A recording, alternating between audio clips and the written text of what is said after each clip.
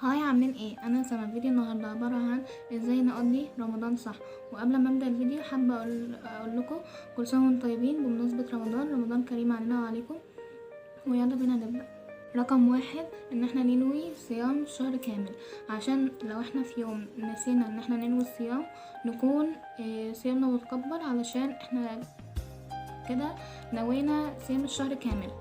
رقم اتنين، ان احنا نصلي الفرض في ميعاده، ولو الاذان اذن نسيب كل اللي في ايدينا ونقوم نصلي.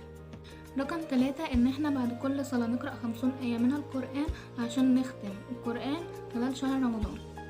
رقم أربعة، نمتنع نهائيا عن سماع الأغاني خلال شهر رمضان، عشان كده صيامنا مش هيكون متقبل وربنا مش هيتقبل صيامنا. رقم خمسة، طول اليوم نقعد نسبح ونستغفر وندعي ربنا، نقرأ قرآن علشان صيامنا يتقبل ونكسب حسنات وربنا يكون راضي عننا. رقم ستة، نستغل شهر رمضان كله للعبادة والدراسة. رقم سبعة والأخير، ان هو احنا نستغل برضه شهر رمضان في ان احنا نتفرج على قصص دينية، زي مثلا قصص النساء في القرآن او قصص الانبياء. ده كده هيدينا منه هيسلينا في يومنا، وبرضه هيدينا معلومات دينية، وربنا مش هيكون غضبان علينا. وبس كده يكون فيديو النهارده خلص. اتمنى اكون افدتكم، ولو عجبكم الفيديو متنسوش تعملوا لايك واشتركوا بالقناه وتفعلوا زر الجرس عشان يوصلكم كل جديد. وبس، مع السلامه.